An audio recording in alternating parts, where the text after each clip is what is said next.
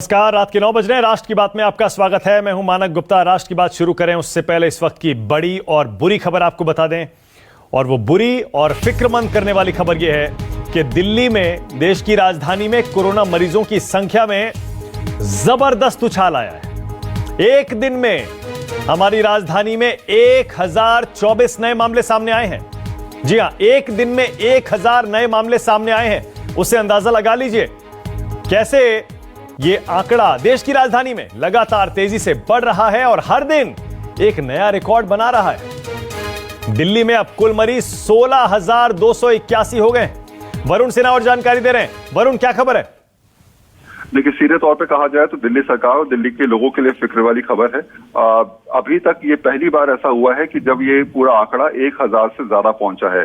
पहली बार ऐसा हुआ है कि 1000 का आंकड़ा पार करते हुए 1024 के मामले सामने निकल के आए हैं। हालांकि अभी भी अगर आप कहें तो रिकवरी रेट दिल्ली में करीब 45% से लेकर 50% के बीच में है। पिछले 24 घंटे में किसी की भी मौत नहीं हुई है। लेकिन हाँ, लगातार कोरोना पॉजिटिव मामला सामने निकल के आना निश्चित तौर पर सरकार के लिए और लोगों के लिए चिंता का विषय है। बिल्कुल वरुण, लेकिन जैसे मुंबई, महाराष्ट्र, गुजरात, तमिलनाडु और दिल्ली, इन 4-5 जगहों पर पूरे देश की नजरें हैं क्योंकि यहां सबसे ज्यादा केस आ रहे हैं, सबसे ज्यादा मौतें हो रही हैं। लेकिन दिल्ली में हर दिन नया रिकॉर्ड बनना, इन बाकी गढ़ों की तरह और अब 1000 को पार कर जाना, उसके बीच ये खबरें आना कि दिल्ली में अब अस्पतालों में मरीजों को बेड नहीं मिल रहे हैं। वरुण, वाकई देश की राजधानी के लिए 2-2.5 करोड़ लोग रहते हैं यहां पर। वाकई चिंता का विषय न सिर्फ दिल्ली के लिए, पूरे देश के लिए है। देखिए, सीधे तौर पे कहा जाए तो सरकार ने लॉकडाउन 4 में जितनी छूट दिल्ली में दी है, शायद दिल्ली सरकार ने शायद और किसी स्टेट ने इतनी ज्यादा नहीं दी है। पूरी तरीके से कहा जाए तो कंटेनमेंट जोन को छोड़कर पूरी दिल्ली लगभग खोल दी गई है।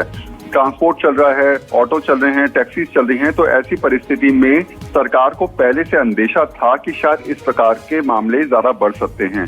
दूसरी बात ये कि अब सरकार के लिए निश्चित तौर पे चिंता का विषय है क्योंकि 16 अस्पताल सरकार के पास हैं।